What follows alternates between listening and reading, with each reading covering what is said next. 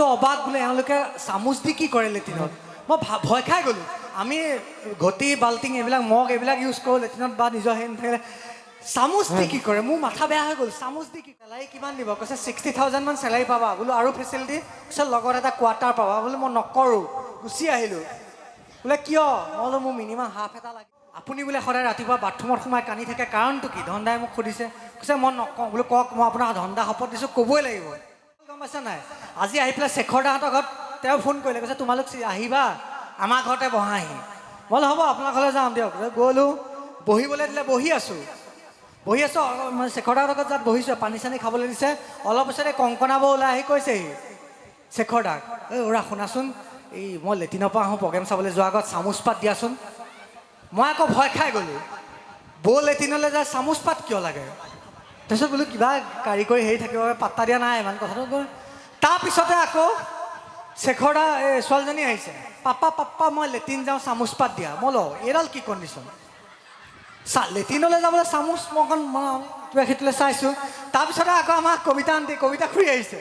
আহি পেলাই কৈছে এই হেৰি দেচোন দে জোৰচে লাগিছে লেট্ৰিনলৈ চামুচ পাত দে অঁ মইতো অবাক বোলে এওঁলোকে চামুচ দি কি কৰে লেট্ৰিনত মই ভয় খাই গ'লোঁ আমি ঘটি বাল্টিং এইবিলাক মগ এইবিলাক ইউজ কৰোঁ লেট্ৰিনত বা নিজৰ সেই নাথাকিলে চামুচ দি কি কৰে মোৰ মাথা বেয়া হৈ গ'ল চামুচ দি কি কৰে বহুত সমস্যা নাই সুধিবই লাগে শেখৰ দা খুলিব শেখৰ দা কি হ'ল কোৱাচোন চামুচ তোমালোকে লেট্ৰিনলৈ যাতে চামুচ কিয় ইউজ কৰা তেতিয়াহে শেখৰ দাই কৈছে কি ক'বা জ্যোতিষ্মান এইকেইদিন অকণ গুৱাহাটী অহা যোৱা হৈছে সময় পোৱা নাই আমাৰ বাথৰুমৰ মানে লেট্ৰিনৰ এই দৰ্জাখনৰ হুপটো ছিগিলে এতিয়া যোন যায় তাতে চামুচ এপাত এনেকৈ উল্টাকৈ ভৰাই থ'ব লাগে নহ'লে দৰ্জাখন অট'মেটিক খোল খাই যায় এই টপাকে মানুহজন এই মাত্ৰ যে কৈ গ'ল তেওঁ সেইটোৱে চিম্বল ক'বই লাগিব উপায় নাই টপাটো টপাই আৰু তেওঁ টেনশ্যন এটা কি হৈছিলে মই এইটো ভিডিঅ' বনালোঁ তেওঁ মোক কাহিনীটো ক'লে তেওঁ টেনশ্যনটো কি হ'ল তেওঁ বিয়া পাতিছে 2 বছৰমান হৈছে 2 বছৰ ধৰি বোলে ঘৈণীয়েকৰ এটা সমস্যা এই মোৰ কথাবিলাক গৈ লেট্ৰিনেই পায়গৈ ঘৈণীয়েকে এটা সমস্যা বাথৰুমলৈ গ'লে ঘৈণীয়েকে কান্দি থাকে সদায় ৰাতিপুৱা কান্দিহে ওলাই আহে মইতো অলপ অবাক হৈছোঁ বোলো সুধিবচোন পাইল চাইলছ আছে নেকি বৌ কৈছে নাই মই সুধিলোঁ পাইল চাইলছ একো নাই মোৰতো টেনশ্যন হৈ গ'ল মই বোলো তথাপি কিবা কনচিপেশ্যন কিবা কিবি থাকিব পাৰে সুধিবচোন তথাপি কৈছে নাই একো নাই তোক মই হেৰি হিচাপে কৈছোঁ আৰু মানে তই অকণ সুধিবিচোন বৌক মই বৌক গৈ সুধিলোঁ অ' বৌ আপুনি বোলে সদায় ৰাতিপুৱা বাথৰুমত সোমাই কান্দি থাকে কাৰণটো কি ধন্দাই মোক সুধিছে কৈছে মই নকওঁ বোলো কওক মই আপোনাক ধন্দা শপত দিছোঁ ক'বই লাগিব তেতিয়া তেওঁ কৈছে তোক বুলি কৈছোঁ আৰু মানে হেৰি মই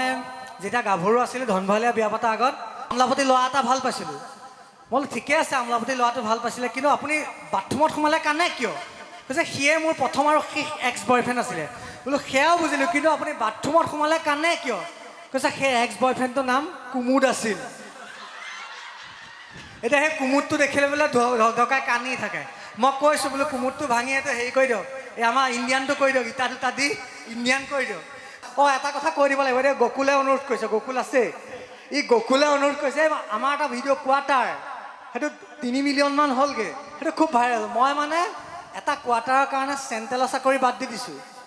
যোনে নাই চোৱা চাব চিচিংফাক বুলি মাৰিলে গম পাব মই এটা কোৱাৰ্টাৰৰ কাৰণে চেণ্ট্ৰেলৰ চাকৰি বাদ দিছোঁ কিয় কওকচোন পাই গ'লোঁ চাকৰি যোনদিনা জইন কৰিবলৈ গৈছোঁ অফিচাৰটোক সুধিছোঁ বোলো চেলাৰী কিমান দিব কৈছে 60,000 মান চেলাৰী পাবা বোলো আৰু ফেচিলিটি পিছত লগত এটা কোৱাৰ্টাৰ পাবা বোলো মই নকৰোঁ গুচি আহিলোঁ বোলে কিয় মই বোলো মোৰ মিনিমাম হাফ এটা লাগেই তাৰপিছত ওলাই আহি চকীদাৰটোৱে কৈছে তুমি চাকৰিটো কিয় এৰিলা মই বোলো এৰিলোঁ মানে কোৱাৰ্টাৰ এটা দিয়া কৈছে সেইটো থকা কোৱাৰ্টাৰ কথাই কৈছিলে এয়া দুখ জীৱনৰ